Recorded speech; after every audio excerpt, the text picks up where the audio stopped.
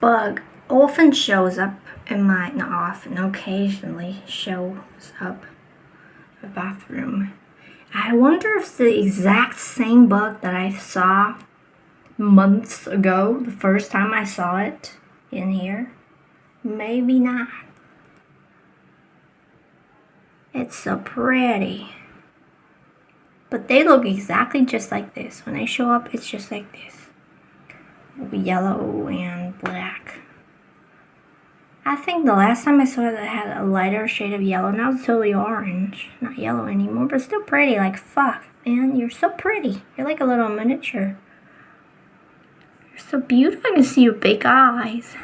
You're so cute. Do you buy? I don't know what it is. Maybe they buy, like, I can see their mouth part just like an ant's. Don't know if they're what they are. Very short antennae.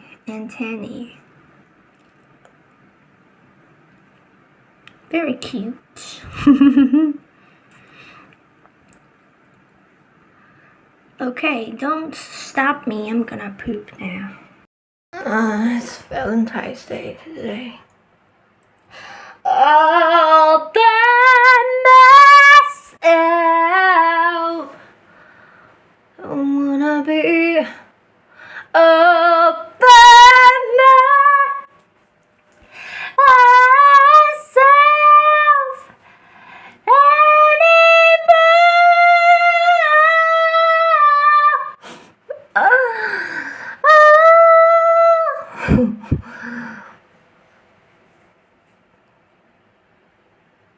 anymore.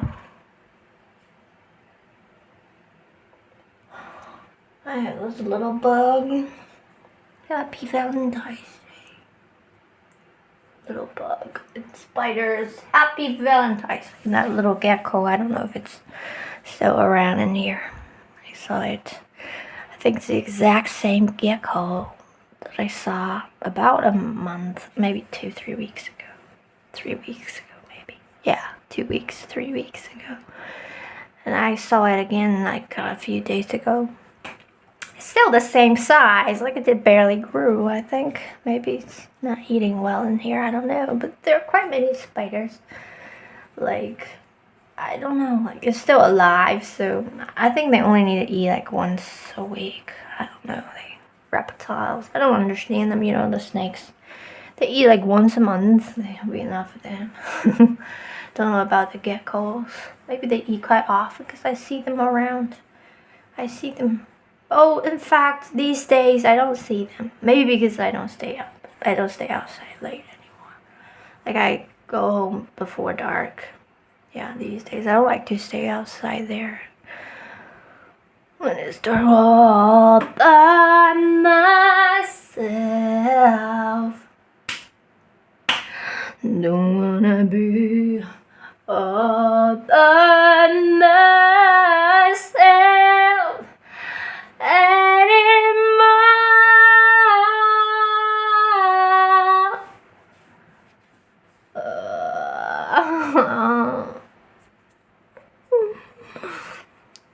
Great. It's not my first time being myself.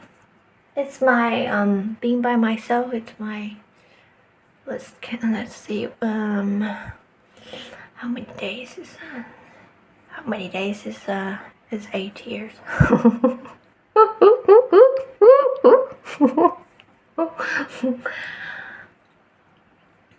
Alright, not 8 years yet.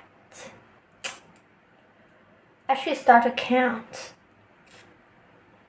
When I was after I turned 19.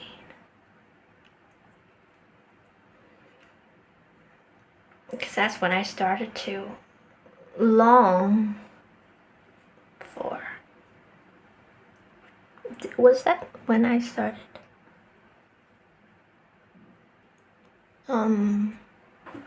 Maybe. Yeah. Yeah, maybe. Maybe, yeah. I don't remember clearly, but definitely before I turned 20.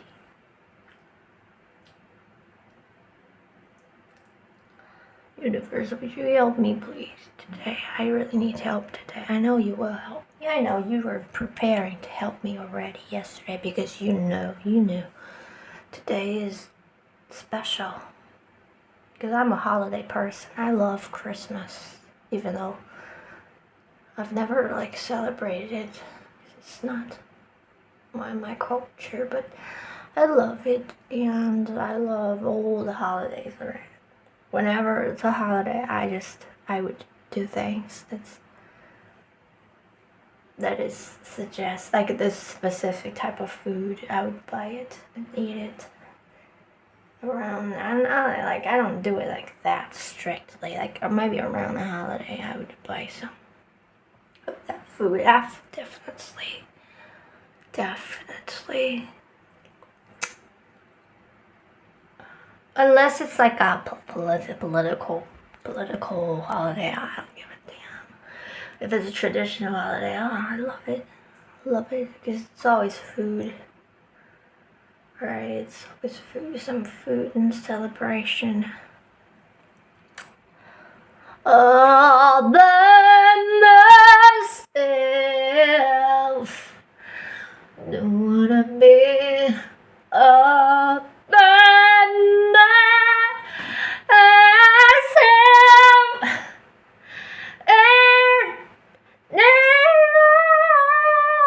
You know, when I feel like I have deafened myself because when I was yelling,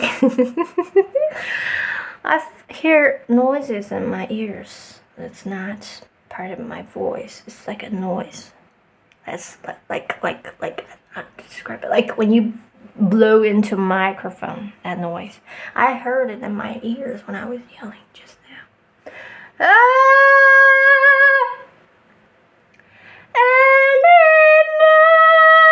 Yeah, I can hear it. Like as if someone is blowing up a microphone. That's how I heard. I guess I would blow up a microphone if I had a microphone. Maybe it's a healthy thing. It's not unhealthy. It's not maybe it's not that I'm blowing up my ears. Maybe it's just normal if someone goes that loud and high pitched. It would hurt your ears. But I don't even sing. I can't reach very high pitch. That wasn't a high pitch. That was just a normal range. Maybe it's my ears, but I couldn't have hurt my ears. I didn't do anything. I don't even ever wear earphones. I couldn't have hurt my ears ever.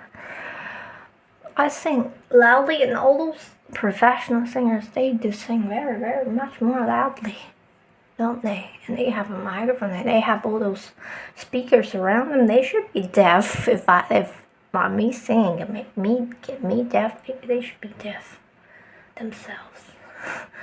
Long before me. Don't get that bug. Where did it go? Don't get onto my shower head, please. I don't want to accidentally grab you. What if you bite me?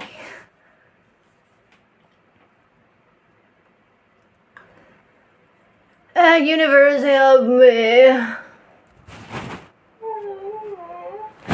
It's also not a sunny day, which is, I don't know, I don't care about the weather anymore, because I think all weathers are cool. All the weather are cool. It's a gloomy day. I think it's windy outside. It looks even cold. It's not never cold here. I mean, actually, yes, last night was cold. Not cold, just chilly. I could use an extra shirt, which was really, really extremely unexpected for me. Before I came here, I would think this is the hottest place in the whole country. It's a tropical. It's supposed to be the hottest, but it's not. You don't expect all the other cities in the country, they are hotter than here. Especially, they would not be chilly, but here in the middle of August, not exactly middle, but August is literally should be the hottest. Yeah, I remember, because it was an important day many years ago, almost 10 years ago. I was off in a city, the capital city, which is in the north. to participate in this semi-final. I think it was semi-final or final. I think both semi-final and final were what? I think it was just final, in fact, of that writing competition. It's not my thing. I should never join a competition for writing ever again. Because it's not how I should write. But I still got the second place. Even though many people did. It was a national thing, so there were many second places. There were only 10 first places. I think for first places, they should be looking for things that were actually meaningful, like profound meanings. That's what they were looking for. What I would write, they are not profoundly meaningful. They are just very personal and stream of consciousness, semi-stream of consciousness. So they're just my own thoughts and understanding, perception. I'm a very personal person. Oh my god, I didn't blow up my throat either. Please. Oh god. All I must have wanna be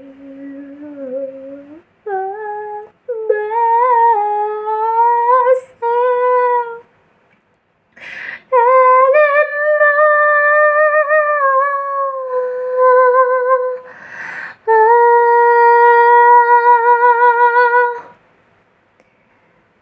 anymore. But yeah, all the things I remember I wrote, they were, I think that there were just two essays. You write first, and then they pick, they filter, they choose, they select, that's the right word, they select, like you turn in whatever you write from all over the country, and then they select the ones they want to join the final, and then you join the final, and then you get, everybody would end up with the third place. Everybody that's chosen to join the final would end up at least the third place. So the second place was not something that I felt super great about, other than the fact that I was the only one that got the second place among all of my classmates that joined me, that were selected. And they were the only ones selected from the whole grade. We were the only ones selected. And I have to say that I wrote a fantastic, fabulous, not an article, was it? I don't know what to call it. A prose? It's not a prose. It was a short story. Short novel. Story. And it was pretty much, it was not stream of consciousness like the writing itself was not, but the story, the narration style was, because it was not trying to mean anything specific, but it also was trying to mean something, and I would really love to translate it. It's really long though, even if it was a short novel, but the short novels, they're long. Very long, and I think it's a fantastic one. I still love it today. I wrote it like 10 years ago. I still love it today. My taste has changed. But when I read back my writings from 10 years ago, I still love them, which is very different, because I was a completely different person already. But I feel the writings are just, they were like not bad. When some people, they look back at themselves what they wrote 10 years ago, let's say in high school, they would think, oh, so embarrassing, but that's not for me. I read those, I find them extremely profound still. Like, I even wonder if I write as good as back then, but because now I write in English, so it's different, because English is not my first language, so I can't possibly write as good with this second language as my first language. If I write in my first language, it will be just as good. Why do I stop writing in my first language? Because in order to be read, I want to be read by the world. So I want to write in the most universal language possible. That is English, which happens to be I happen to be not bad at it. Not good. Yeah, maybe in terms of writing, I have a very shallow vocabulary. Just for conversational vocabulary, not for literature. Yeah. Welcome to spend Valentine's Day with me. Welcome. All by myself.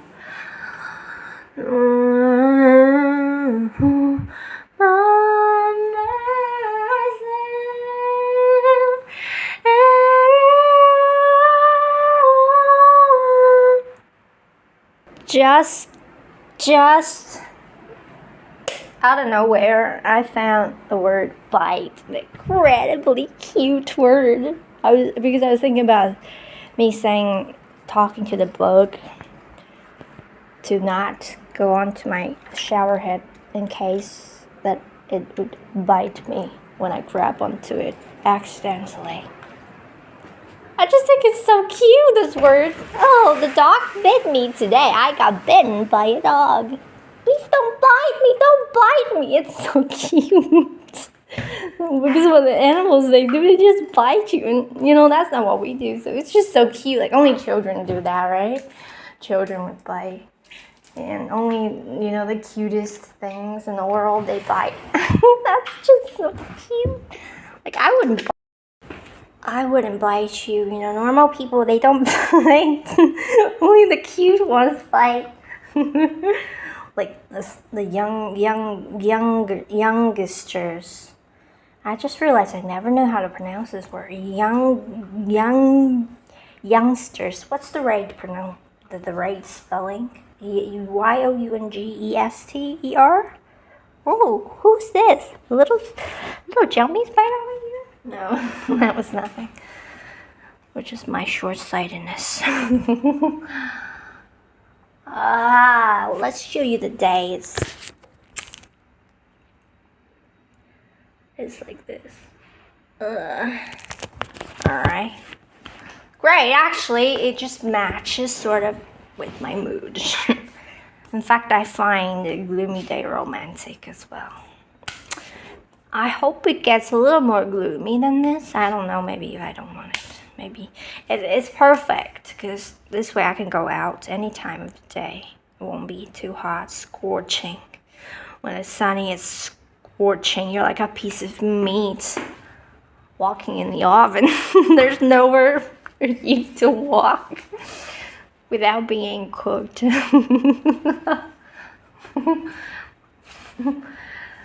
The laser beams from the sun.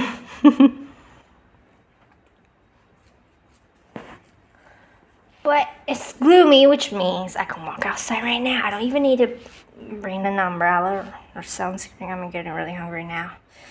Please cook for me, universal magic. What's getting into my belly button? Oh, come on. I got things to eat.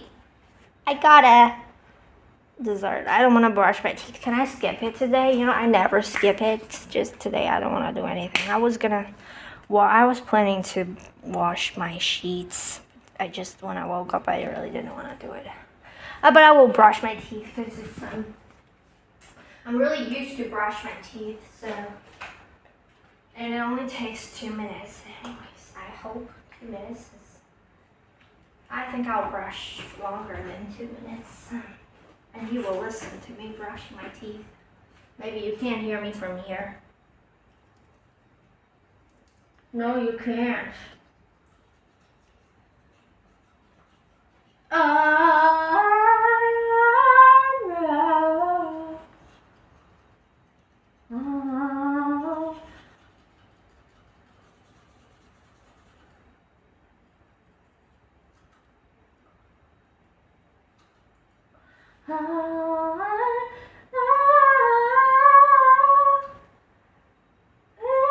I'm really hungry.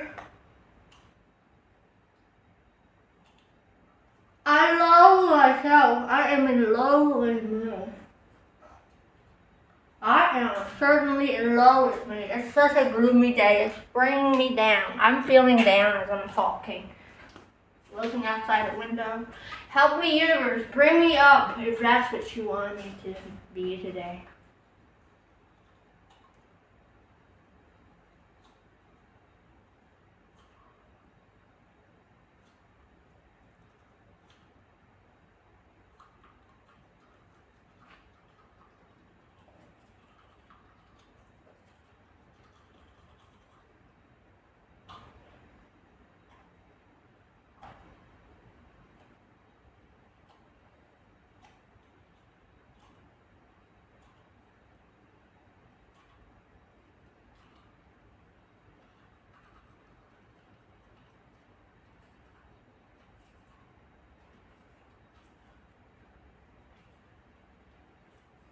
So cute.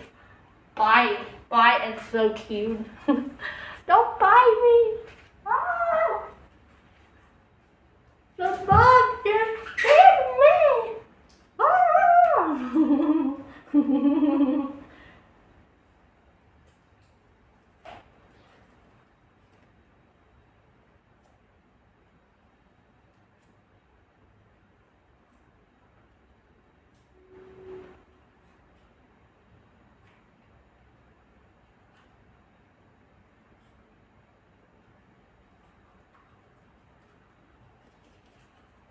Oh,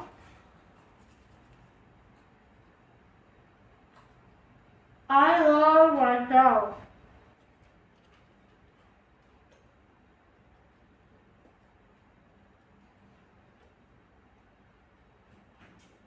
I love you.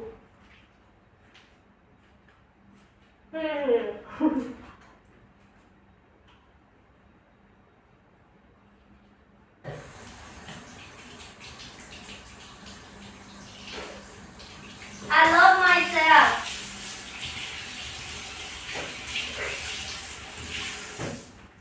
Can you hear me from here? Last night I was laying in bed. I felt so great being me because I watched the movie that with the vibe, the people in the movie, their vibes totally different from mine. Like they're like stand-up comedian vibe, like very I don't know how to describe it. Very irritated. Their vibes like very not settled.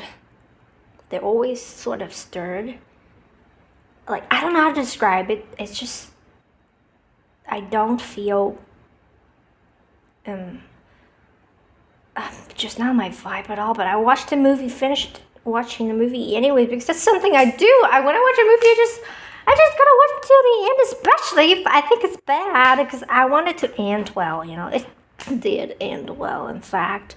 But I swear again, next time I watch a movie like this, I will stop and I will stop watching it.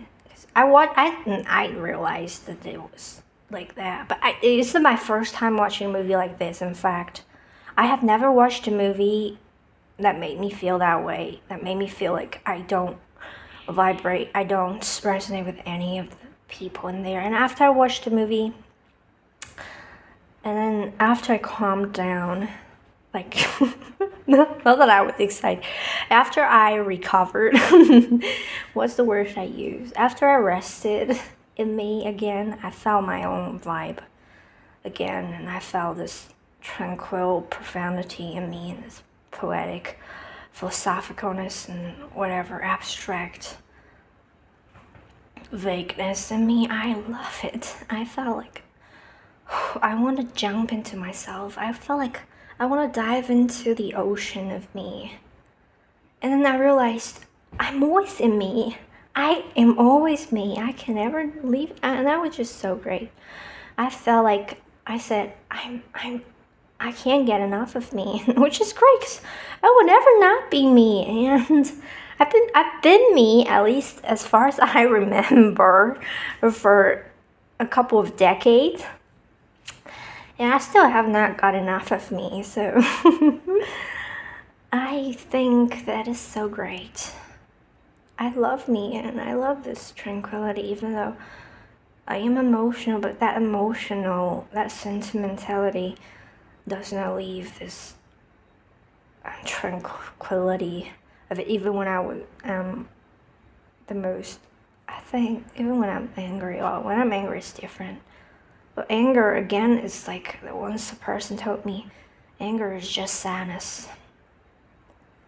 Sadness that is unresolved sadness. And I found it to be true, yes. Whenever I get angry, I'm always profoundly sad for something that I'm not trying to feel directly, so it turns into anger. But really, anger is really nothing more than sadness. Great sadness, great sorrow.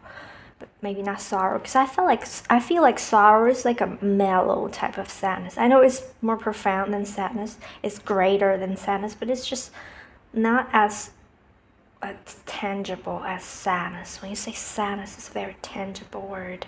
But sorrow is more like a misty type of sadness, like mellow and misty. It's greater, yes, it's deeper, it's sadder. But it's just kind of like a mellow, like a mist spreading, diffusing, that kind of sadness. But sadness is more like tangible, like a solid block of sadness. Maybe I'm totally wrong. It's just my current interpretation of these two English words, because I'm not. And again, I'm not an English speaker, so I might have totally misunderstood things. That's just how I've felt so far. Maybe because of the way the word sorrow was pronounced. Is pronounced. It sounds soft, don't you think so? It's like sorrow. It's like very soft feeling to the pronunciation. Even the spelling, like it's just like mellow. In fact, so it just makes you feel like it's a very soft. I mean, it's just soft.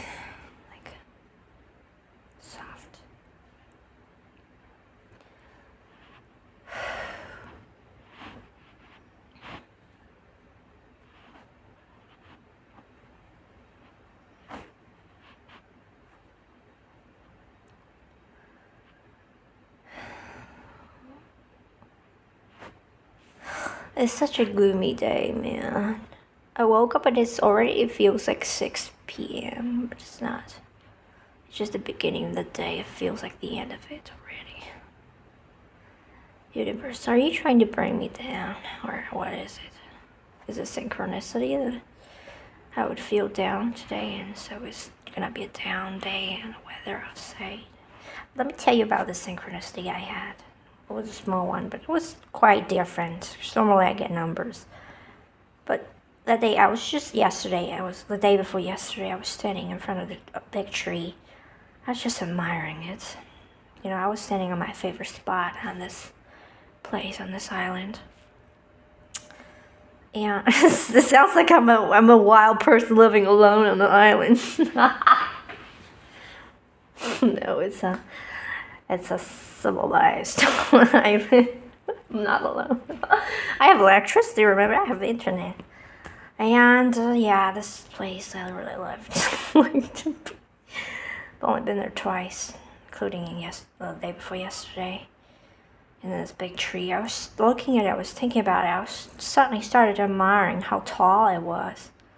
Thinking about it might be 10 meter tall. I was talking about it. And then all of a sudden I felt, I want to fly.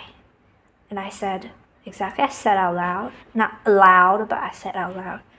I wish I could just fly now to look at you better. To fly like psh. As soon as I said psh, there was actual psh sound coming from the boat that someone was trying to inflate. Not right next to me, but like 5 meters away. They were trying to fix this boat, inflate the boat. And suddenly it made this loud sound. Exactly right as I was saying, psh, it made exactly psh sound. Very loud, much louder than mine, because it was a boat. Not a boat, I don't know, a canoe. Yeah, canoe. And I think that was significant, but it didn't really shock me because I could totally also explain it as a coincidence. I'm still somebody that says that. It kind of felt like coincidence, but I didn't know it was supposed to be a synchronicity. And it was quite unique. I've never had something like this. Not that I never had something like this. Maybe I have had something like this.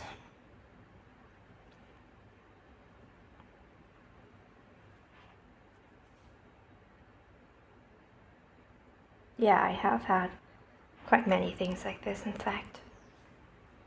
Just they weren't coincident. They weren't like synchronicities. They were different. They were like, more like, help me, universe. I feel alone. Do I feel lonely? I do not feel lonely. I feel longing. That's what I feel. Longing. I don't know. I got into this life situation. I never had this longing that's so urgent. I mean, I always had it forever, but it has never been urgent. Only recently, in the past week, it started to be. Because I don't know if it's supposed to be, like I'm supposed to start to get this excited. Well, it's not exciting when I'm just not feeling hopeful.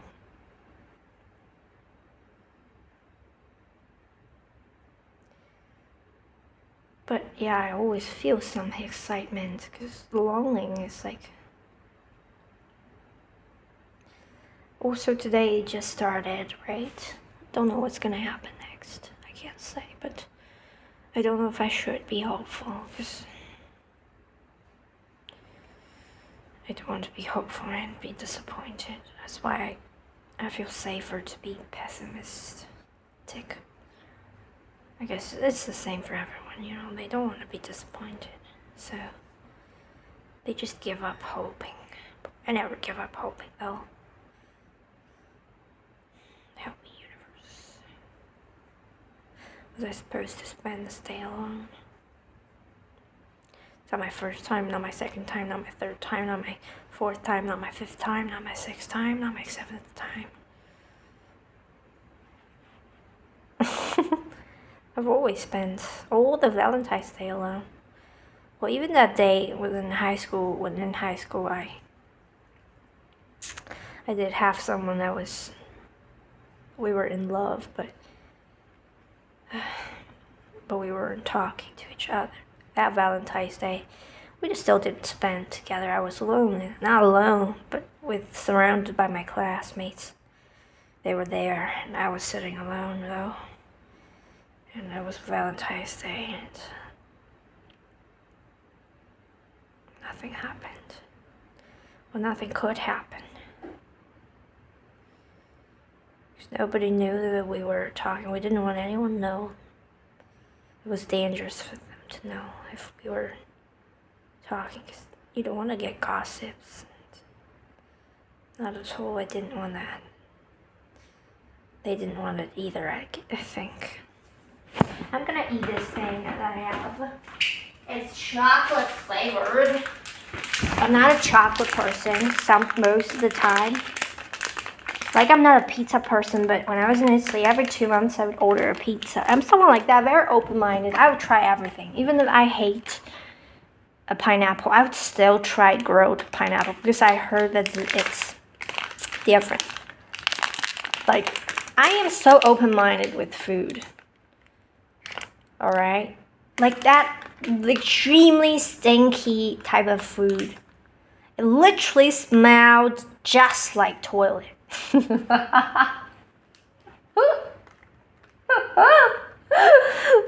my god. It smelled just like public toilet. I still had it. One thing, I love stinky food. It was so bad. It smelled so bad. And just toilet smelled like shit. But that's exactly what it was supposed to smell like. Because it tasted fabulous. Even though I might not try it again. Not because it smelled bad, but because it was like not satisfying to eat. I need to be satisfied when I eat. I hate the kind of food like it's just where it comes in very small portions that just gives you exciting bites and that's all. And it ended there. I hate that. I don't like that.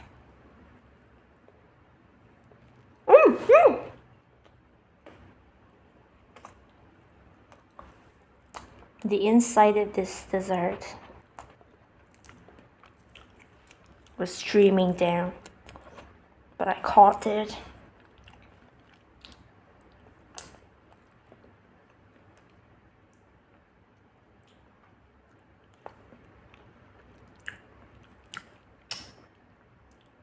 I am such an extremely unique person.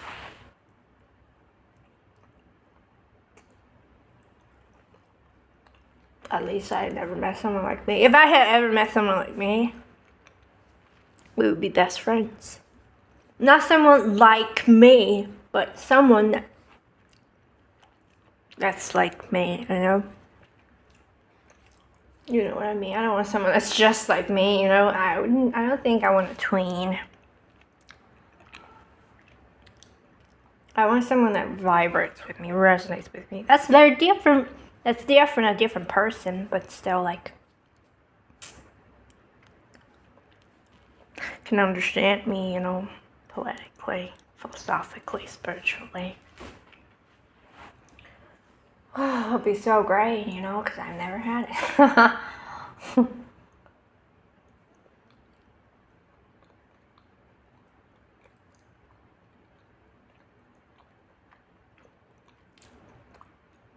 It's fake chocolate flavor.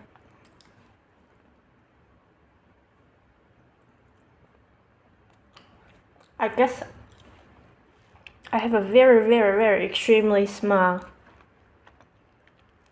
sweet tooth.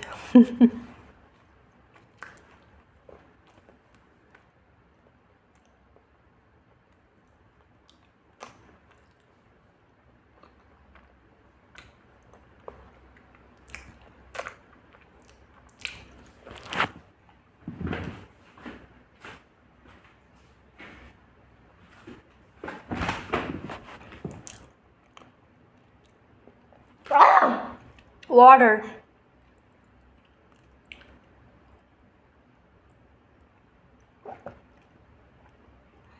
Did I tell you that? I think I didn't. Yeah, the day before yesterday, I had an not extreme, sorry, not at all. A bad headache. I've never had so bad before. So it was extreme for me, but it wasn't extreme at all. It was just, it lasted for hours, even through my sleep. Or I literally was woken up by it. I thought I could sleep it off. I've never had migraine. I mean, I had it like a couple times, maybe once, just once. I don't remember. But in my early life, like, it only started recently. Literally this year. Never before this year I had it, I think. It just started out of nowhere, you know, it just happens. For no reason. Maybe for some reason I have to document it, remember exactly what did I do that day. I remember. So I'll see if next time it happens. Please don't happen again, because it was just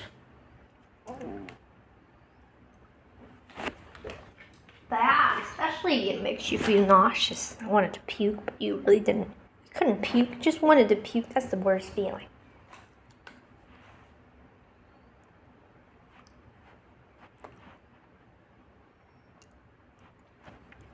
And I just kept asking for help, which made me sound like an idiot. Because before I became spiritual, whenever I heard someone like, they got sick, so they started to pray, I just was like, they're such an idiot. They should go to the hospital. You're so ignorant people. So now I was praying, and I felt just like that. I felt like I was an idiot. But I know I shouldn't. But it's just like my conditioning, right? My materialist conditioning coexisting with my spirituality. while I was praying, I was calling myself stupid. Not consciously, but I felt stupid. Not that I was calling myself stupid intentionally. It was just a feeling arising, saying, I feel stupid right now. But there was nothing I could do. It wasn't serious enough to go to the hospital. Or even if it was serious enough to go to the hospital, I wouldn't be able to move. Because it was bad. I just kept praying. But afterwards, waking up, it was the worst time. And then it was gone. Completely gone. After I just walked to the toilet, I thought I was gonna puke, but I just sat on the toilet, and then it was gone. I don't know if it was the prayers or it was anything else. It was because I moved or what, I don't know. I would like to think it was just because I asked for help repeatedly. You only need to ask for help once, but I was desperate. I just kept asking. I didn't know what to do. I didn't know what else to do. There's nothing I wanted to do, wanted to think about. And everything was annoying when you have a headache like that and when you're nauseous. And it was completely gone. Completely gone. Like gone. Like I could just go back to sleep. Totally gone. That was just like almost magical because from so bad to completely gone within 5 minutes. That was just, from bad to completely gone, that process was just less than 5 minutes, really. 3 minutes, maybe. It was bad, actually, if I moved myself. If I just could lay completely still, it would be okay. But had I just moved my head a little, it would just feel worse. Anyway, I thought I was gonna puke. I really wanted to puke. I wanted to puke out so I could not feel nauseous anymore. But I thought it was the food that I had, but it couldn't be, because if it was food poisoning, I should feel stomach. I should have diarrhea, I should puke, but I didn't. It was just the headache. I hope it never happens again because, migraines, I've read, it can happen to people only maybe a few times in your whole lifetime. So I hope it's the last time I have it. Is that how you pronounce the word? It doesn't matter because I will never have to pronounce it again. Help me, universe, I don't want to have that again. But even if I have it again, I know that, I would feel more relaxed. Because that was the worst I got. And I don't think it would get worse than that. Because worse than that, that would just, I don't know. Damn it. Let me just not think about it. Oh, it's so gloomy today. Help me. I'm all alone. The weather is like this. What do I do now? Oh my God. I should go out. I don't want to go out. Oh my God. I feel like I'm the only person in the world right now. That's how gloomy it feels like today. Jesus. I don't hear any noises coming from the outside. It feels like I'm the only person in the world right now.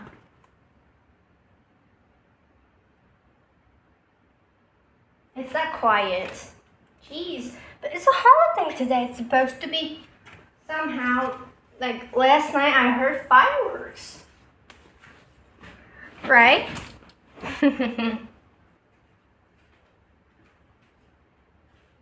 Help me, universe. Help me however you can today. I don't want to feel down. Or just help me. It started to rain. I was gonna celebrate it. I was hesitating whether to go out or not. I don't really feel like going out, but I kind of feel like going out at the same time. If it started to rain, I wouldn't need to go out anymore. Where are my glasses?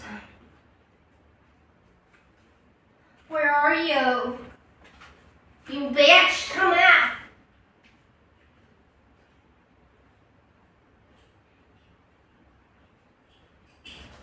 Here you are.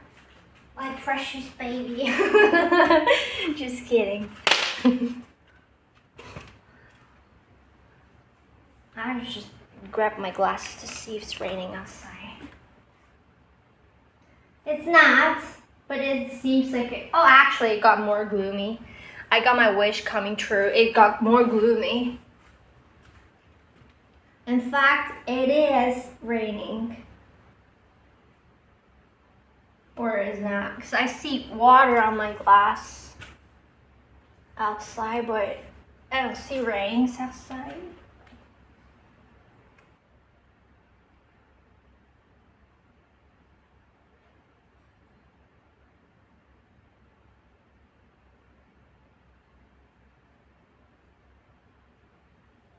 Oh yeah, it's raining. Now I see raindrops.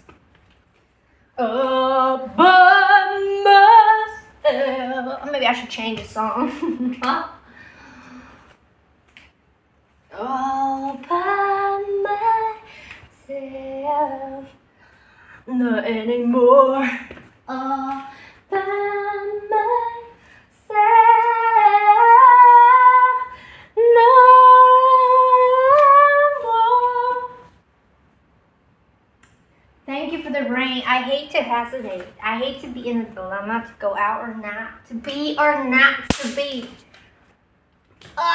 No, I don't have to choose. I love when I'm left without choices. That's the best part of life. When I'm left without choices, that's just the best thing ever. That's why people love rainy days. Because they're left without choices. They just surrender. So that feels great. I love it. I love it when I have no choices. It feels so great. It feels all the burdens left from me. Lifted from me. But it's a little dark in the room. Should I turn on the lights? Maybe just turn on the lights in the far corners of the living room. It's the darkest corner. Yeah. Yes.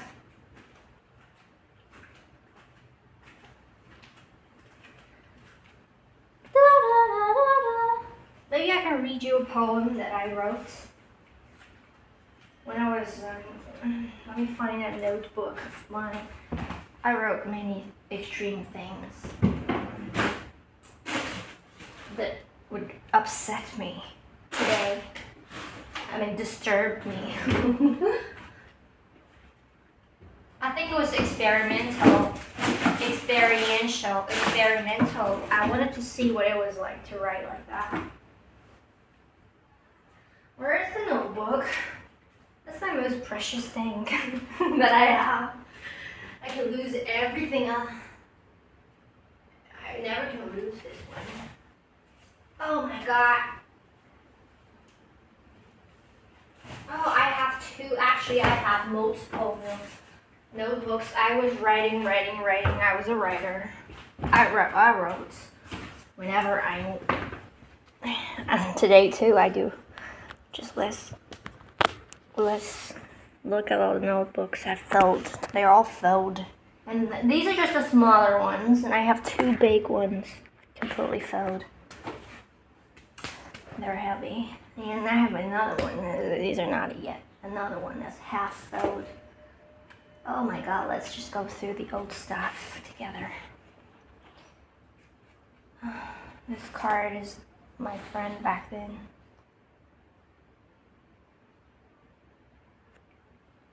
What?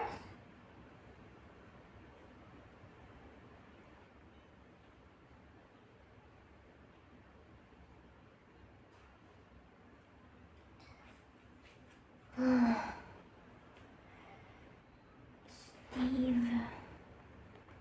Okay, this is a person that I was following back then. I thought he was literally the source of wisdom. He was so cool.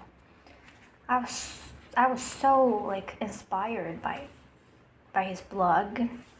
I think it's a I don't know what he did. It's a business person or what, but he had a blog and I would read it. He's called Steve Pavlina. Well, you know, back then I was a different person. I found his blog very inspiring. Today I wouldn't be. I'm totally not that vibe at all. Or maybe I've never been in that vibe. Just back then I didn't know what was my vibe.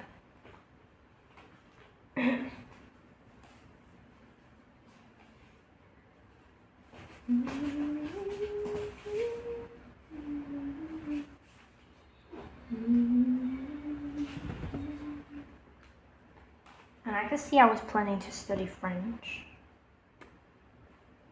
Because I wrote this. I was expecting to study French. But I ended up choosing Italian. Completely arbitrarily. Because it was the only thing available in a university that year. And there's so many things I wrote, I don't even remember I did write them. When I read them, I feel like I never wrote them. And they're good. They're good, so they're hard to translate.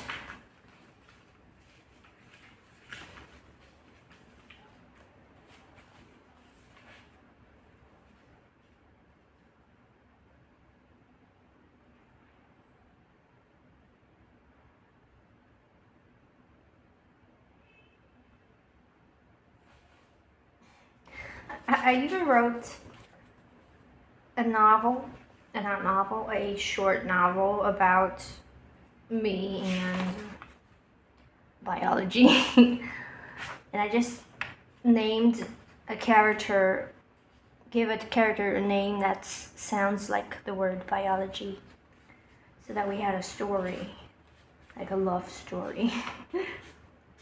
And I named another character whose name is similar to mine.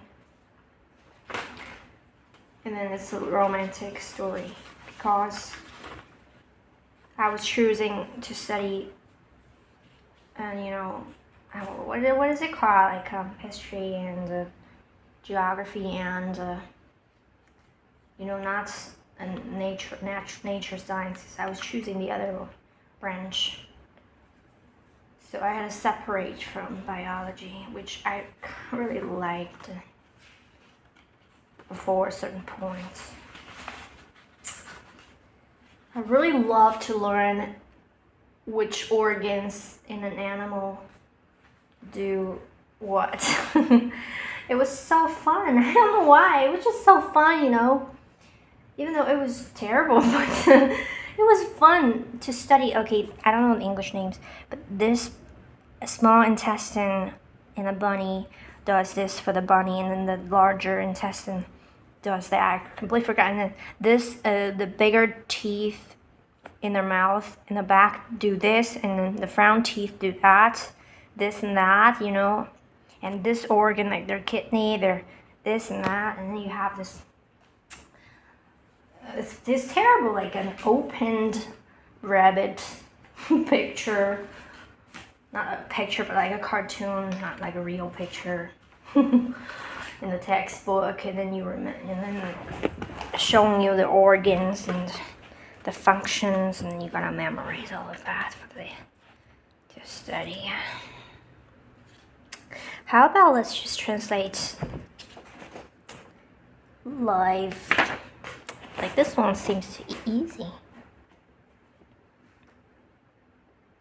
Oh my god, I feel really disturbed by this thing that I just read now. I would write something super bloody. Because I was reading this writer. He has a specific style. It's extremely melancholic and so sometimes bloody. And I found that extremely beautiful. I still find that beautiful. In fact, he's an excellent writer.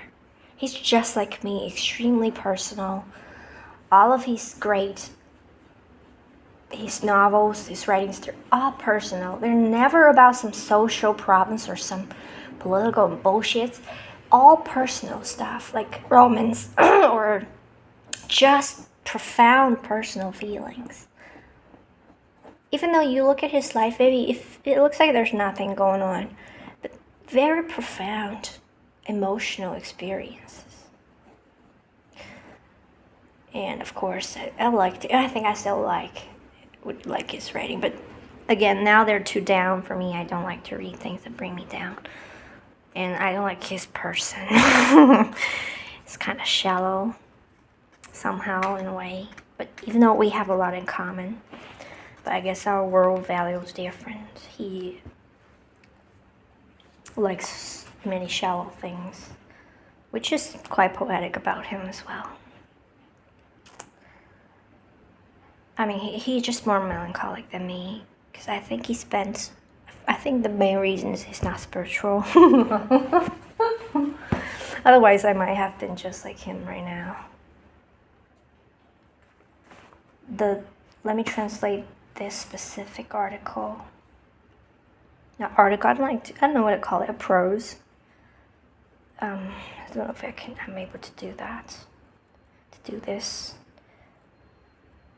I don't even know the word, this first word in the title, how to translate it. The characteristics, the properties. Perfect, I found a word. The properties of night. That's the title of the prose. In every sunny weather, I'm just going to translate literally, because I'm translating literally word by word, because as I'm reading. So I don't know what's the next word turning up. Don't kill my plants! My notebook fell from the tea table. Not tea table, is that how you call it? But I never drink tea. And it fell onto my plant almost.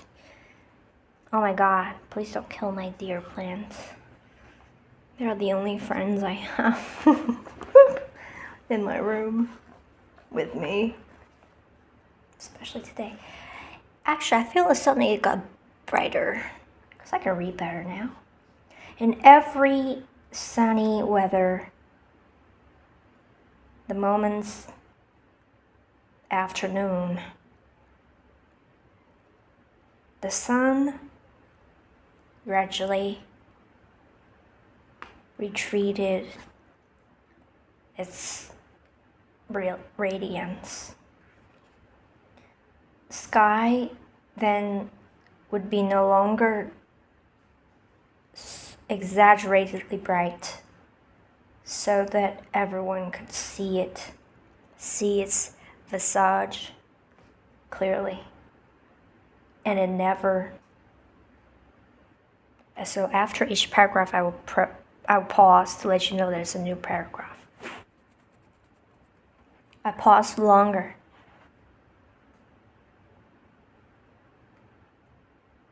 It would never disappoint you. Sometimes I stare into it, always feeling that those colors of blue that are excessively beautiful are not as colors, but a type of light. But because it's so gentle and soft,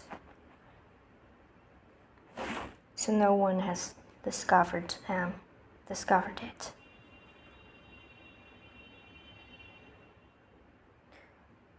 Also, some other times,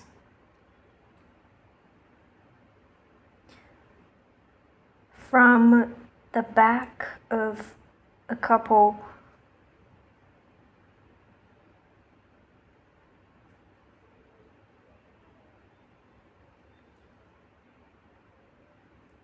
buildings in the corners that are so ordinary that almost no one notices them, would come out, would splash outwards a ball of semicircled light, obediently laying on the ground, radiating. It's crystal clear, and every ray has its own direction. Sharp, so sharp that you can't look at it directly.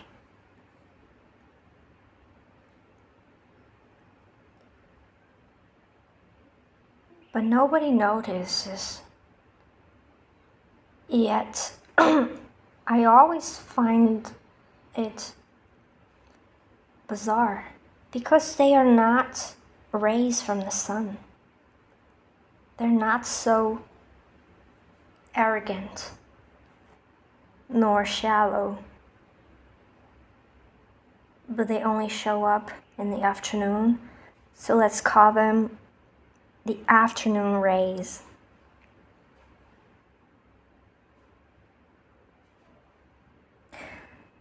Somewhere not far above the afternoon rays, there would always be a cloud, and it would look different from all the clouds in the whole sky. No matter it had rained or not in the morning, it would always be so white and thick, floating alone, not connected with any other clouds. Sometimes the afternoon rays would shed onto it. It doesn't dodge, just quietly laying there, like a thoroughly white deer that has been in a slumber that has never been awake for a long time.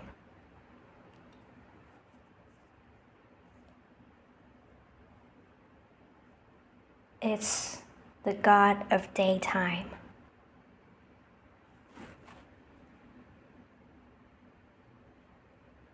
It's white from top, head to toe, including its tender, soft horns and light tongue. Sometimes it sticks out its tongue to dip some afternoon rays.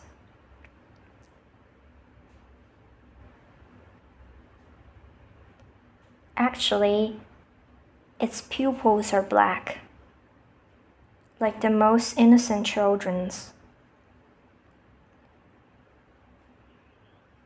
with a black diamond shine that make people feel overwhelmed, but no one has ever seen it.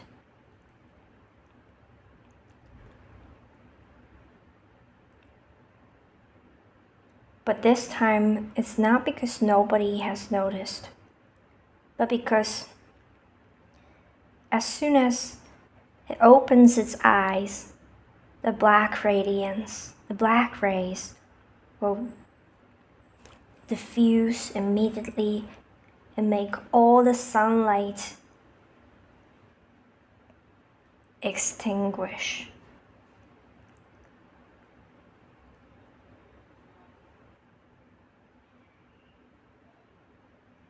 Then night would arrive. Nighttime would arrive.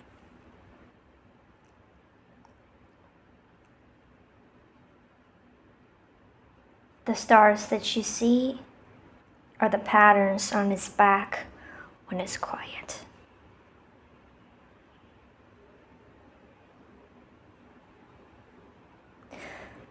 But it spends most of its time galloping. It doesn't have, I don't know the English word for this, the things that deers have. They don't have paws, they have instead. I don't know that They don't have so when they run, there is no sound. It runs as while gazing into far distance that we can't see.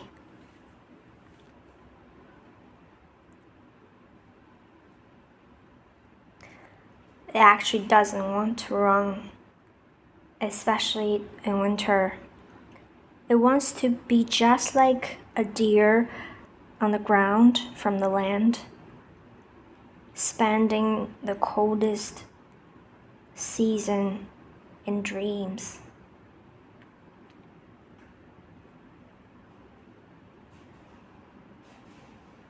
But in winter, how to translate this adverb? But especially in winter, it runs the most. So, in winter nights, in night skies in winter, there are rarely stars.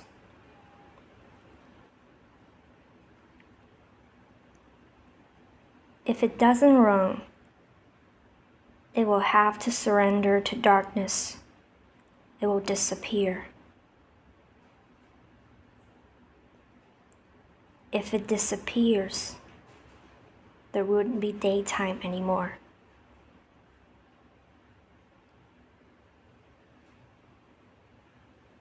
Because it's the god of daytime. In fact, it's much more poetic untranslated, because the English language, the translation just takes all the rhyme. When I write, I really care about how each sentence ends. Not that I make them rhyme. I don't like rhyming. In fact, I find that very embarrassing. I don't like to rhyme, like religiously. Like some people, they're so obsessed with rhyming. I do it in a way that is subtle. Or I don't do it at all. Now this is a prose. I don't let it rhyme at all. But I care about how each and like the last word of each sentence, and they have to in a way sound harmoniously with other words. It's kind of like music, but it's very extremely subtle and maybe abstract. It totally is how I feel about it. It's just really something I don't know how to explain if you don't write, if you don't experience what I experience. Like if a sentence is the end with a different tone, different pronunciation, it would give a different feeling. Not talking about rhyming. So I want a sentence, even when I write in English as well, I want each word, the end word, to sound in a specific way. Like when you end a sentence with the word, let's say, blah. It really depends on the previous sentences, but you want the end sentence, the end word of the end sentence to sound in a way that is ending. Because some words, they sound more like openings than endings when put together with other words, you know what I mean? But it's a subtle thing, and if you're not a fan of writing, I don't know if you can get it. And I think I have memory of having written this one. I think I remember this afternoon race. I absolutely remember this. I just don't remember what they looked like, what exactly it was, but I remember this.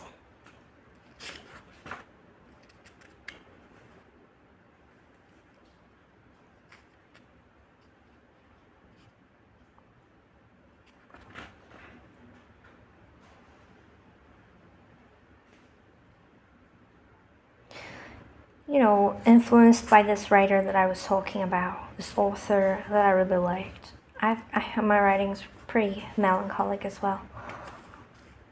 But I would use words that are just negative to describe things. Maybe let's read this more recent notebook, where maybe I have stopped when I'm reading from reading that person. And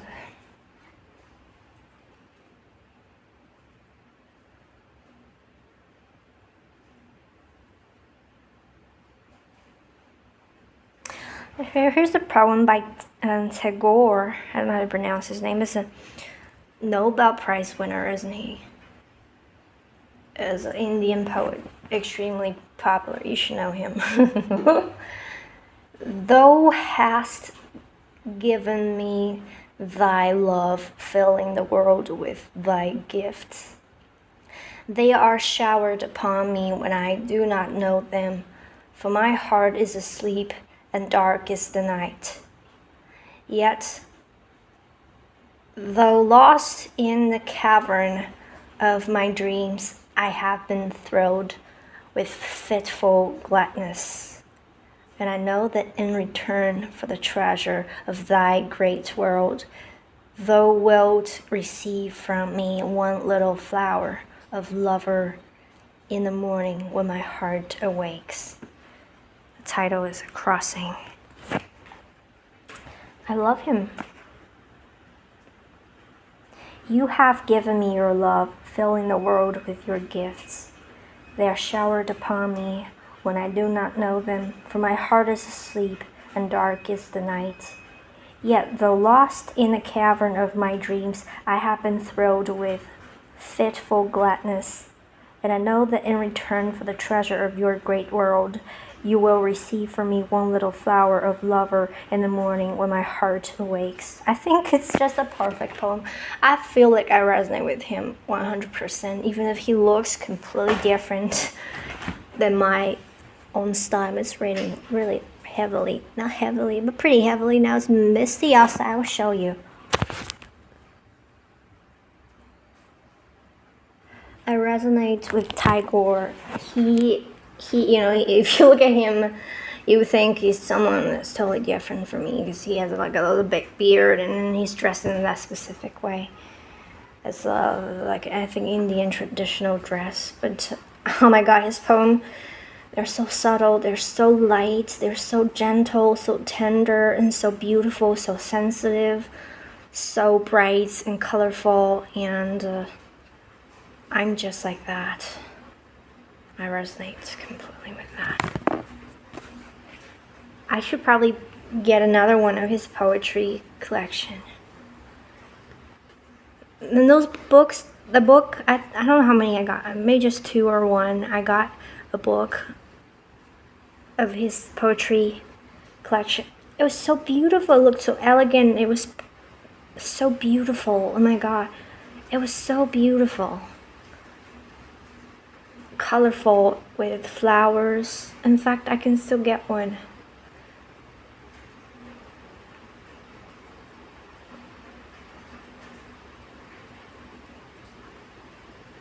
This is what I wrote back then, I think. Maybe. Was it? Is this? This is what I wrote for the high school crush that also had a crush on me. I thought I was love.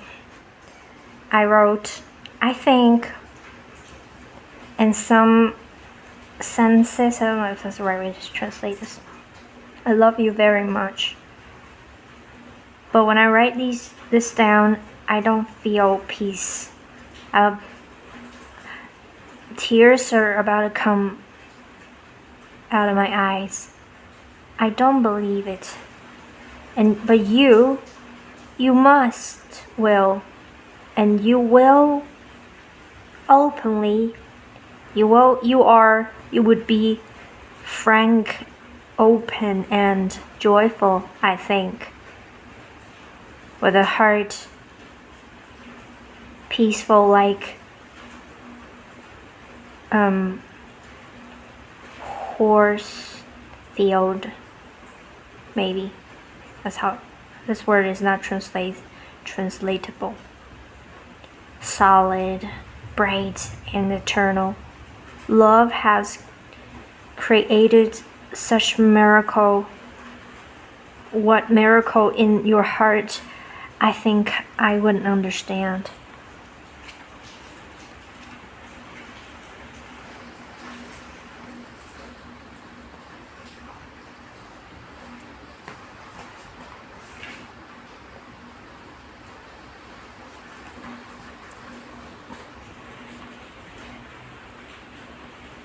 Okay, let me read my most recent.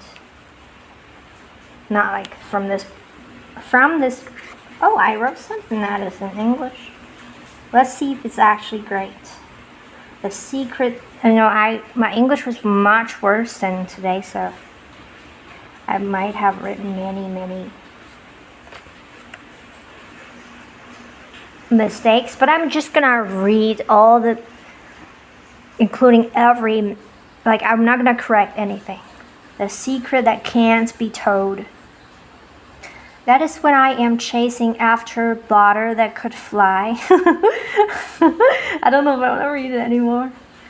I don't remember the burning blood red rosy clouds, which I guess I have to correct this, which are singing or crying.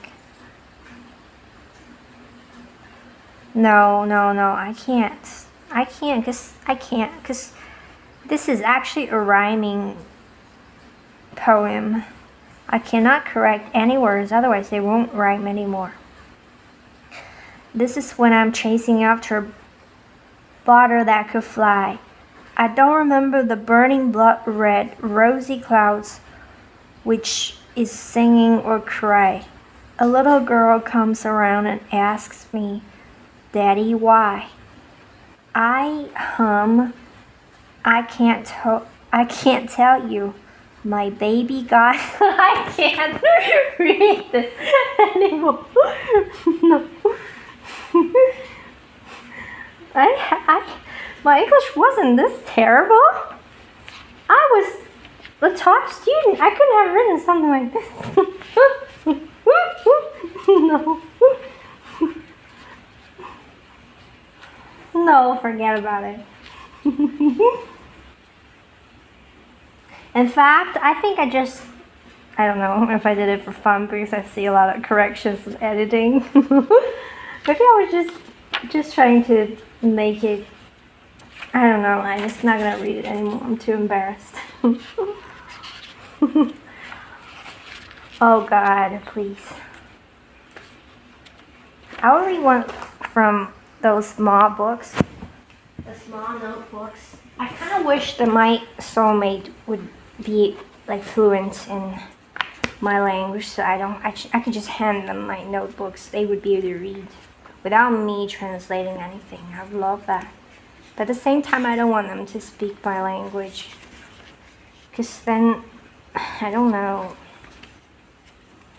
if they could read my writing, it would mean that they speak my language better than English. So in what language will we communicate in?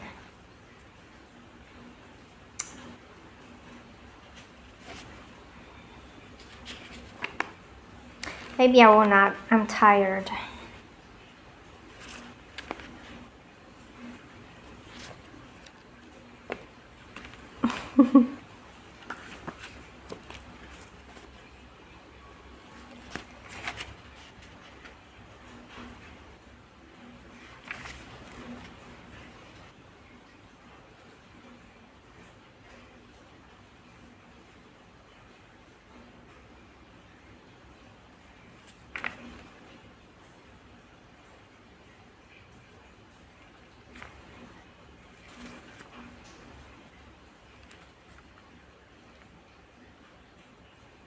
Oh, I love to read this one.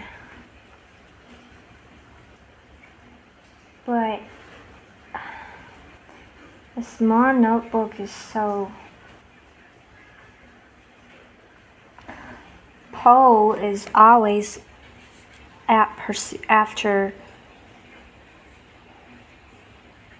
truth about that are ultimate and eternal, of eternity, eternal and ultimate truth. Poe always would hold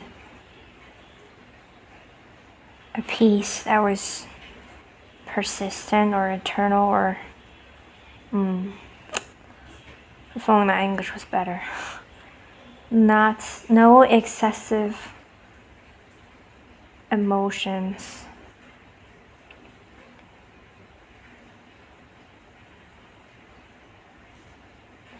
Maybe death is the ultimate eternity. Well, life is but the finest, smallest, tiniest waves and absurd struggling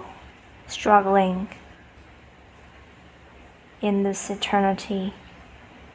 Like when staring into layers of clouds.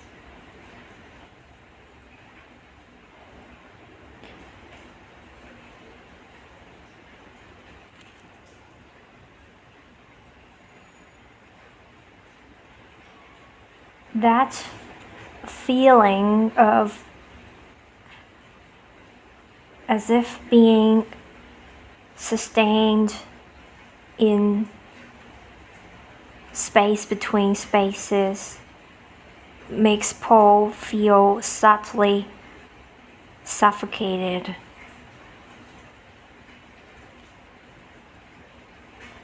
Oh, I can't even read this word. I don't know what I wrote here.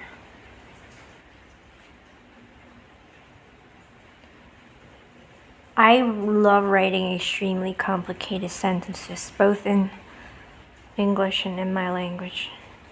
I think in my own language it's easier because it's a much more flexible language than English, but English is just more logical, so I guess less poetic. My native language is just so much more flexible, so I could put words in whatever order. I could combine anything together.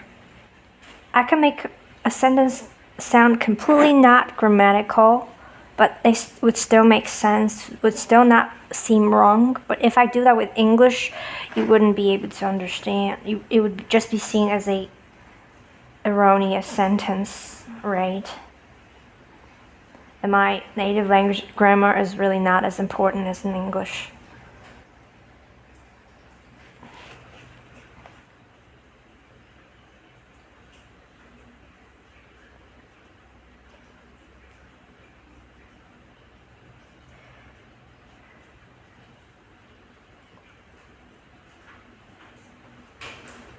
In a gloomy day.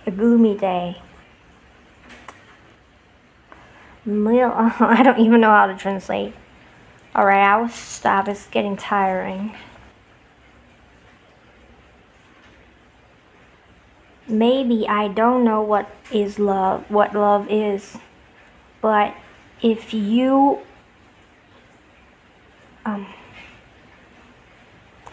so sure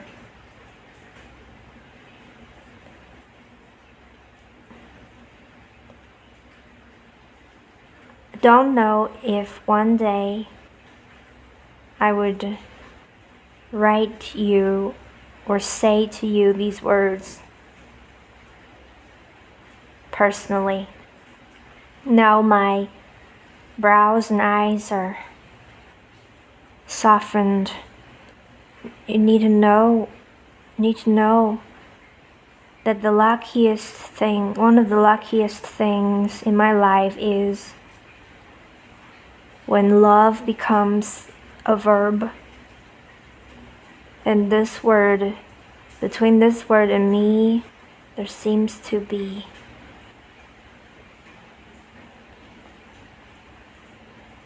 a blank.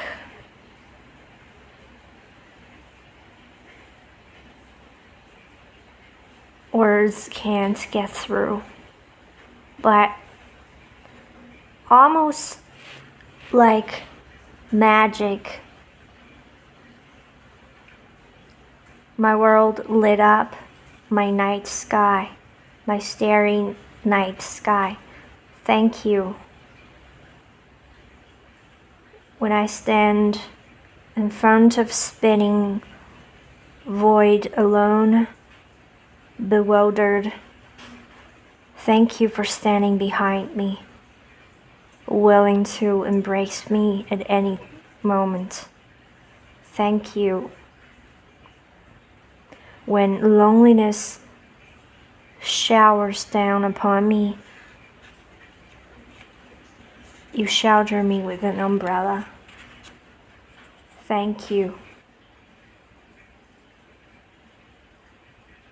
When me right now, with burning tears in my eyes, trying to sculpture a scorching smile. Thank you for giving me warmth and strength. Thank you for letting me giving me the chance when I'm yearning for love the most, to be so silently loved. Thank you for appearing in my most beautiful years of my life, even without asking for my love in return. Perhaps I still don't know what love is, verb, but I know that it's a heavy and profound topic, so I can't irresponsibly put I in front of this verb towards you. But I think we can stand together. We can be silent and smile together. We can listen to the same song and fall asleep together. Seize the day together on the solid ground. If unfortunately, actually there is no unfortunately, quote in brackets. Right at this moment, I'm reading these words, you and me, we are already not in the same space-time. I hope you won't be sad. You won't be sad. But how would I die? I was worried that I would be dead. Unfortunately, if I died, because I thought he was... Yeah, I always think about this, if something good happens in my life, I always worry, what if I get sick? What if they get sick? What if I die? What if they die? What if this happens? What if that happens? It was really beautiful. It was the most beautiful part of my high school life.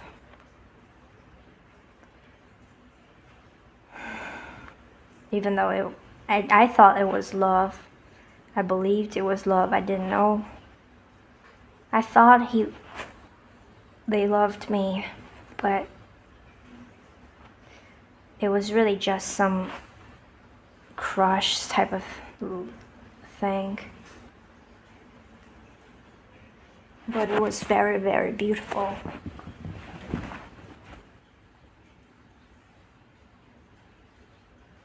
Because I felt really happy. I think I was the happiest person in the class, maybe. Because I was so loved, I felt loved.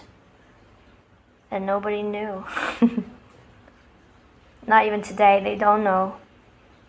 My classmates, they never would know that I would be involved in a romantic thing.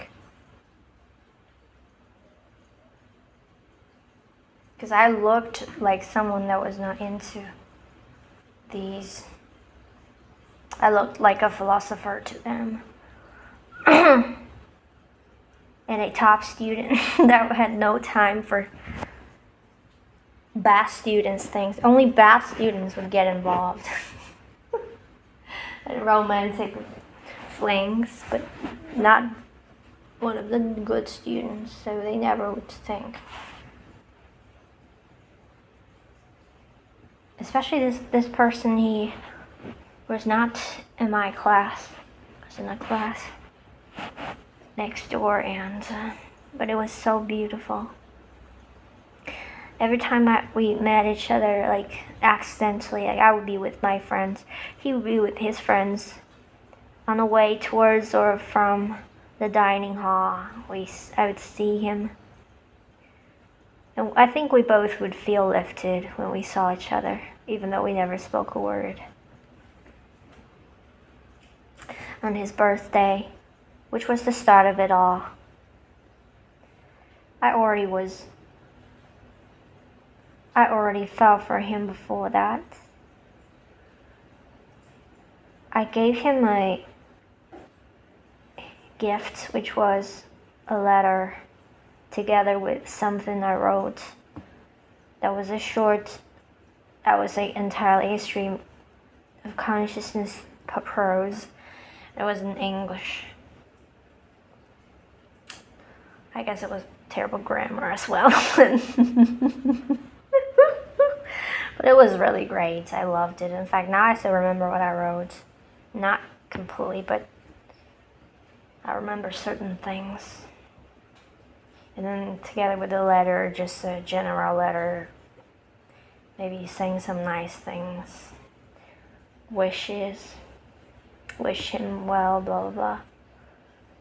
And that was the most beautiful day of my life. I don't know if I want to tell it in a video because of how great it was. I don't want to put it in a video. I want to talk about it face to face with my listeners. I will not tell you so. It was so beautiful. I have written about it in my blog. I don't know if it's in the current blog I have or a previous one that I've already lost. But I will never forget that day. It's like the most beautiful day of my life. Not the most, but one of the most beautiful moments of my whole life. I will never forget about it. It's so extremely... I think the most beautiful thing is when you love someone. I mean, not love, sorry. When you are in love with someone, romantically drawn to someone, they happen to be romantically drawn to you as well, like in those romantic movies. One person is in love with another, but they don't know if the other one returns the feelings. But then they find out they both have the same feelings for each other. That's just so beautiful.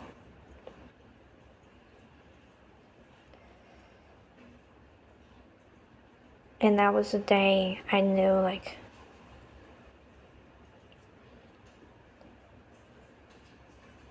he had the same feelings for me, and I discovered it in the most beautiful way possible.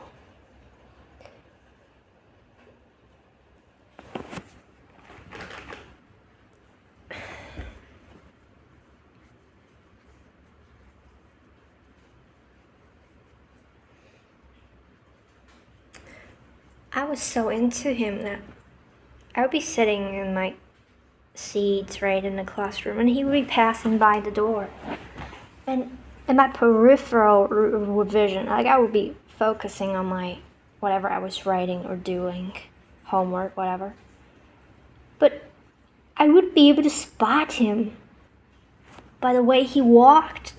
Even though I was focusing on what's in front of my eyes, I was not looking at the door, but if somebody passes, I would be able to see in the corner of my eye. But still, my eyes are looking at what's on the desk, right? But just by the shape, how he walked a particular way that was very elegant, I would think. And I would be able to recognize him, and I'll be right. Well, today, if he was in front of me, I wouldn't find him attractive whatsoever, because he was extremely skinny. like skinnier than me, and legs not thicker than my arms. I mean, thicker than my arms, but not like I think his legs are like skinnier than my legs. My legs are skinny enough. Back then, I was like many years ago. I don't know what he would look like today. I don't care.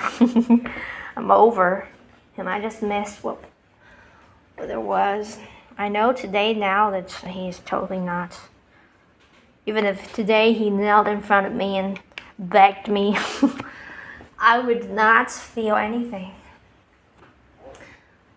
Oh my God, it's getting so dark. I'm gonna turn on all the lights.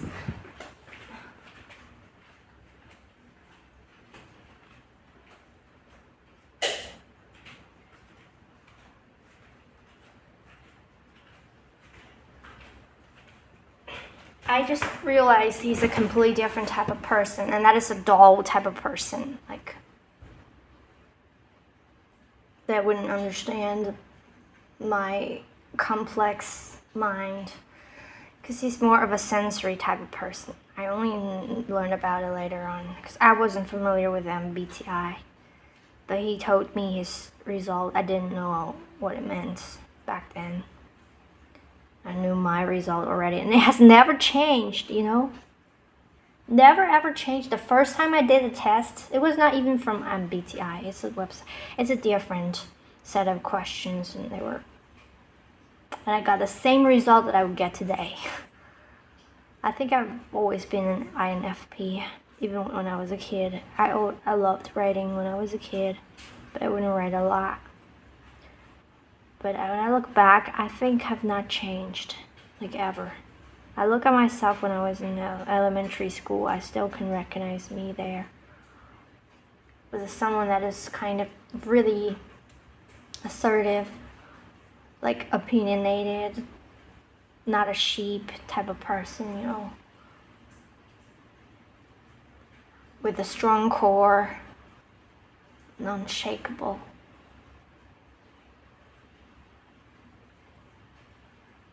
And very sentimental, sensitive, and just childlike, joyful, when I'm not sad. Oh,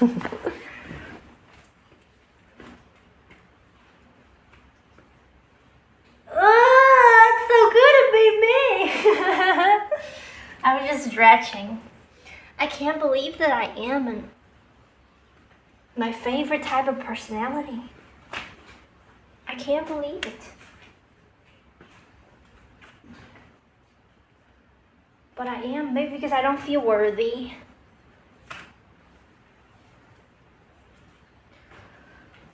How can I be the most beautiful type of personality out there?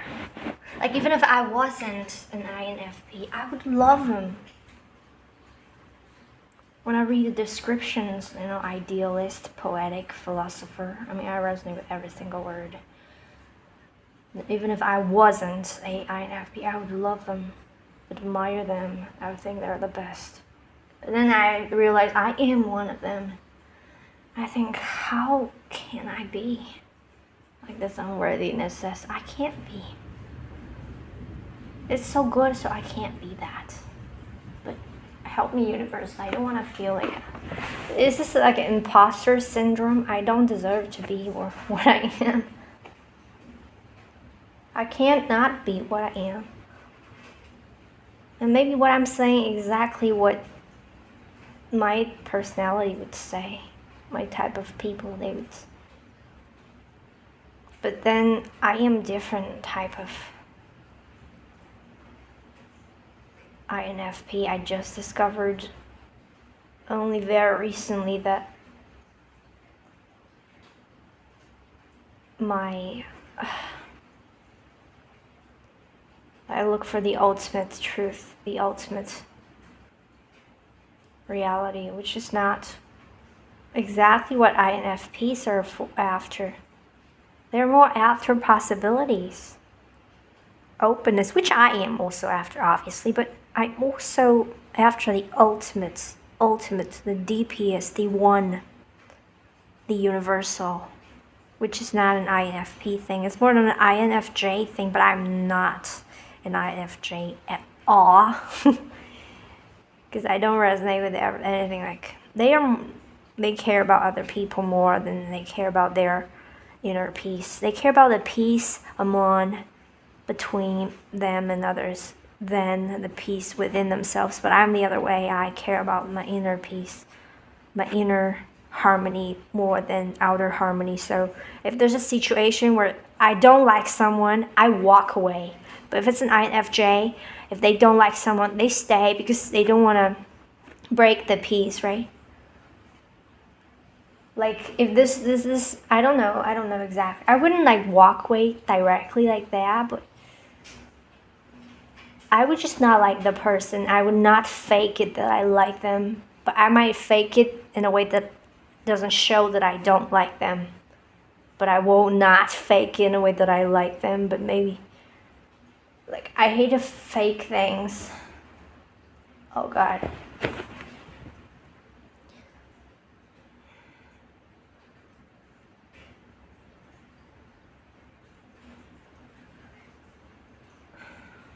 At the same time, I don't feel like I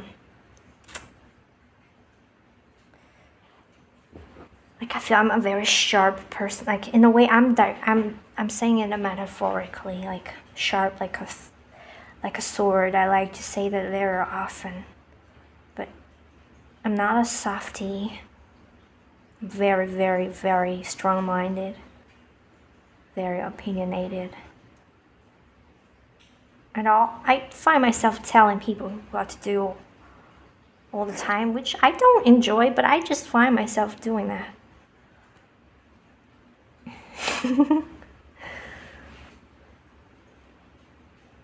I want people to follow their heart.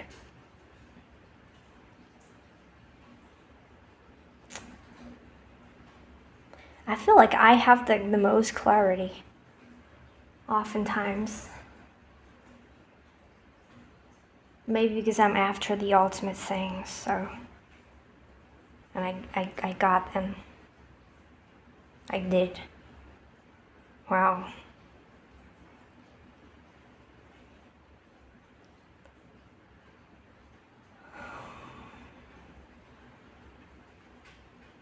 I want to make this video 2 hours long so then nobody would watch them. Not strangers, not passerbys.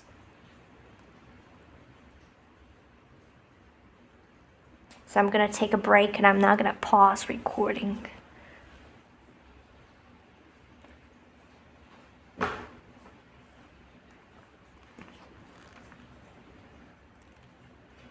Tired.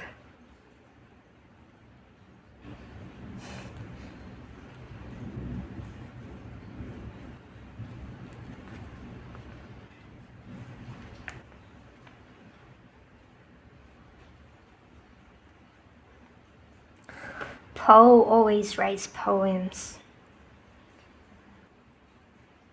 Unstoppably writing poems. Poetry is like ocean waves in soil.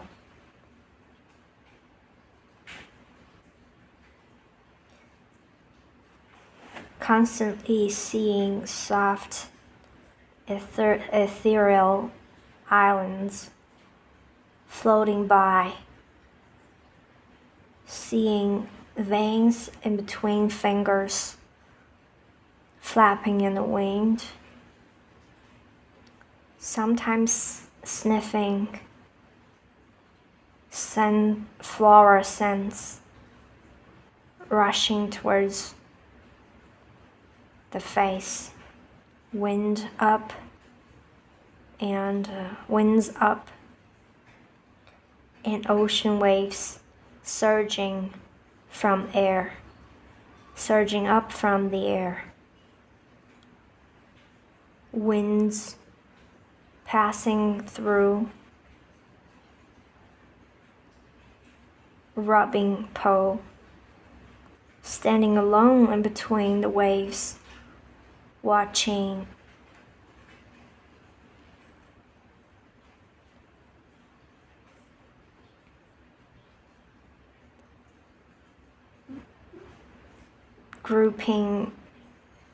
groupings of flowers or ocean waves and looking up. Now void exists in every inch of air surrounding Poe.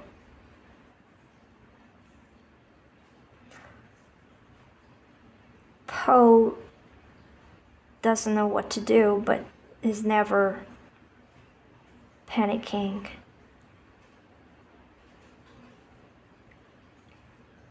Spread damp gray clouds in front of their forehead, together with black mountains, as if everything is swelling in the air.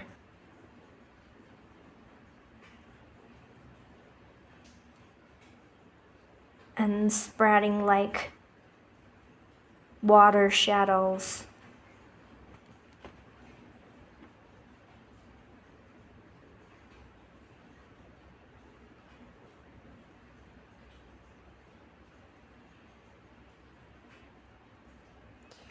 Don't know what I wrote here. Roots ethereal, as if rotten, as if can leave at any moment.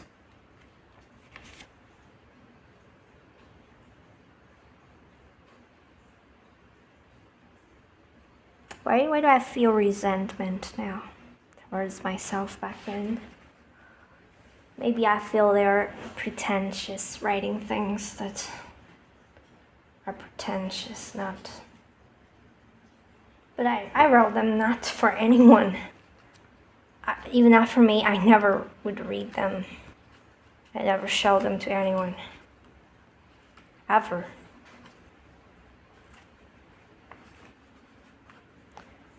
Even if I was pretentious, that was not intentional. That was just as a result of reading from that writer. And I loved the way he wrote, so I would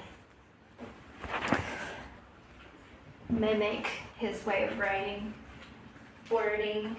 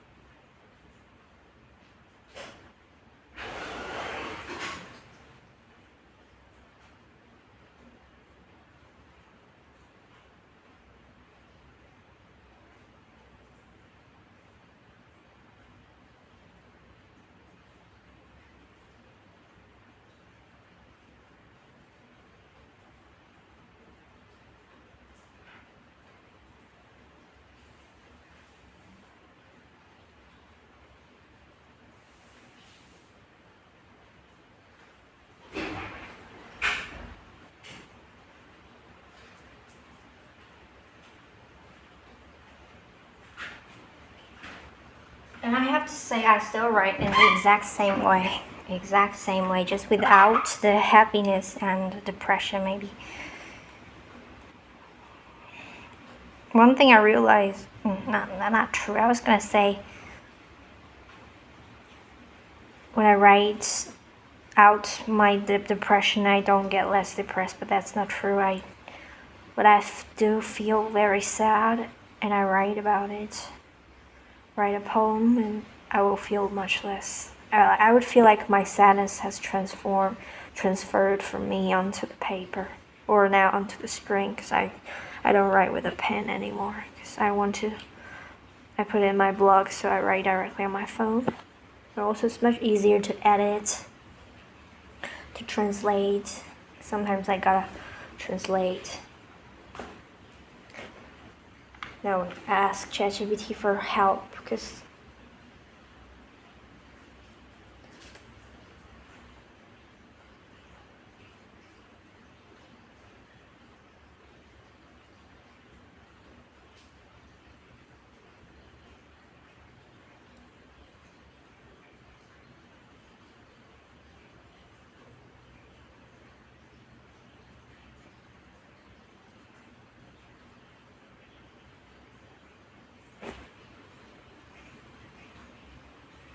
I wish English doesn't have such a strict grammar system just like my native language, so I would be able to have more freedom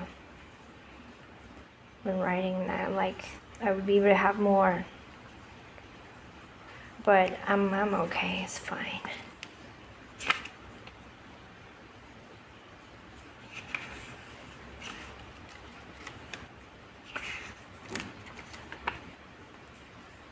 Oh no, this notebook is falling apart. I think it already fell apart long ago.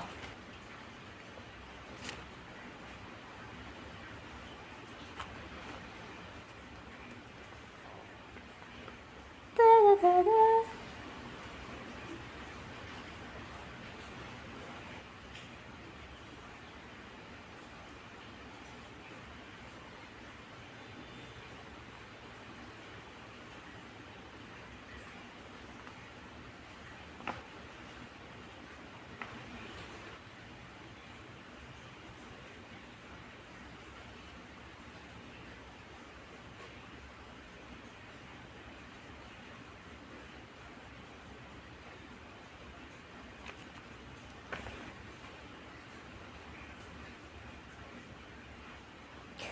Maybe you can hear the rain. I just always have this fear if I pause for too long, he will get bored. And then I would have to keep talking somehow to keep you here.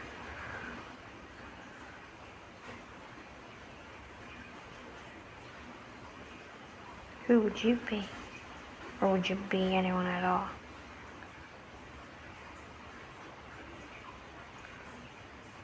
It's Valentine's Day and it's raining outside. Heavily.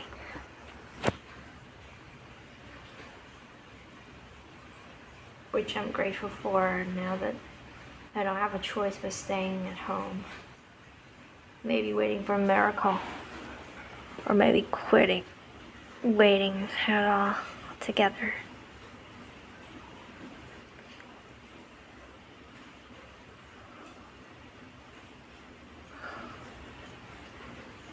Maybe I should stop recording. What would I do? Is all of this just wishful thinking? What I have been longing. I don't think it's wishful thinking. But now today is Valentine's Day and I'm alone. It's okay, halfway through today. Only halfway through. The day will end in about 10 hours, so that's a lot.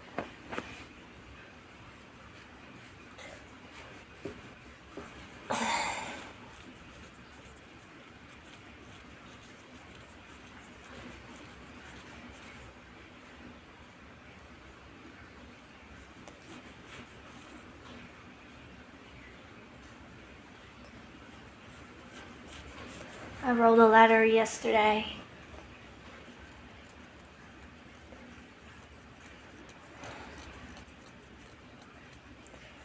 I look forward to my near future. These notebooks are dusty. Dust all over my fingers. And they're sticky.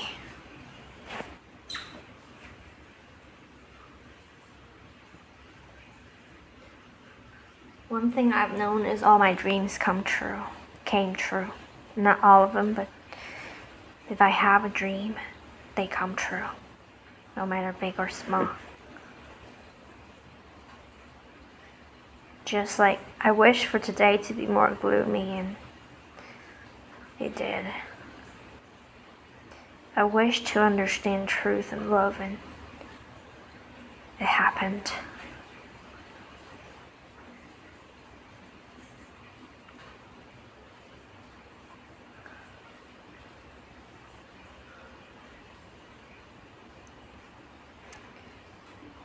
I have just only two biggest wishes left.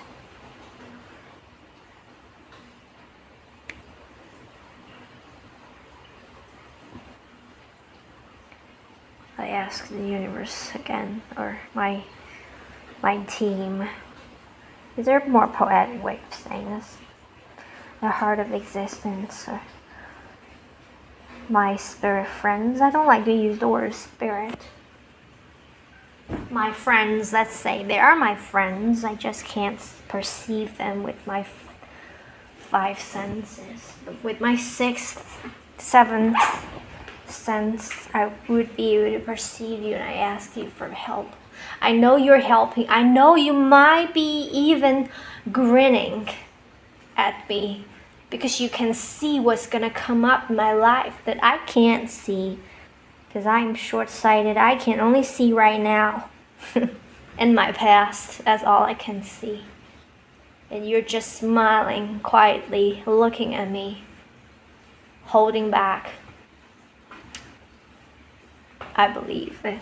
And I ask you for help because I don't want to be a pessimist. I don't want to have to become a pessimist to avoid feeling hurt. I also don't want to be hopeful and do get hurt. It's a dilemma. And I don't like to be in dilemmas. Leave me with no choice. Would you? Help me somehow in your way that I can't imagine. I thank you, my dear friends. I wonder who you are. Talk to me more often. Send me those numbers, even though I like other things other than numbers. But you keep sending them anyways. Maybe they're important in a way that I don't know yet.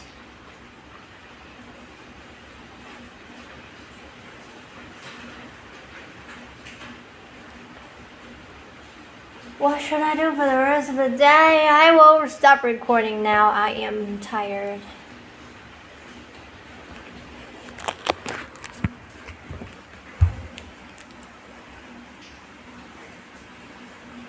Look at the rain. I think Rain is a very great name. Rain. My name is Rain. Hello. Another name I find extremely beautiful is a river. I would choose that name. If it's not, it doesn't give me this feeling that's me. But it's very beautiful. I'd choose it because it's a beautiful river, or rain, or dawn. Today I discovered Destiny is also a name. But it's just a little bit too obvious. My name was Destiny. I mean, it's beautiful, but it's just so straightforward. It's not poetic anymore. River is just the most beautiful name. And Rain is also beautiful. Rain is more like a male name. River more like a female name. But I saw someone named River. That's a guy. I don't know if it's a nickname or a real name. It does sound like a nickname. I love this river. It's so great. It's such a beautiful name. I specifically do not resonate with the water because I think it's, again, mellow, slow, soft. I am someone that is not soft. I keep saying that. So I like something a little different than water-like things, but I'm drawn to the ocean. I love the ocean.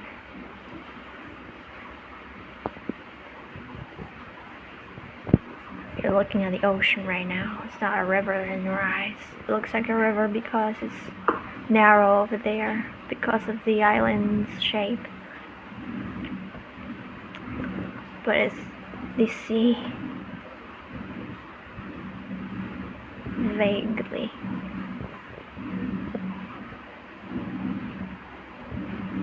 I will trust. Help me trust more, universe. my invisible friends, my friends, my dear spirit. I don't want to use spirit. Soul friends, my dear soul friends. Those that are not incarnated in a body, that are right here with me now. Help me, please. With my day-to-day specifically. What can I do about it? And I'm getting cold. Holy shit. I'm getting cold. Huh! I never felt cold indoors this year. I'm feeling cold. That's a miracle. That alone is a miracle. Oh God, I feel like turning off my fan now. Great. I'll stop recording right now. Right at 4444. No. I have to say goodbye. Thank you. Everything.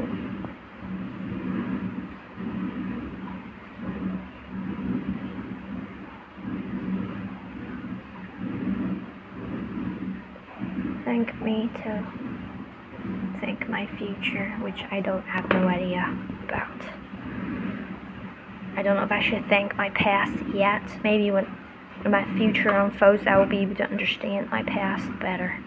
Now I don't understand it. And I thank this cold weather, and I will stop recording now. Bye. See you.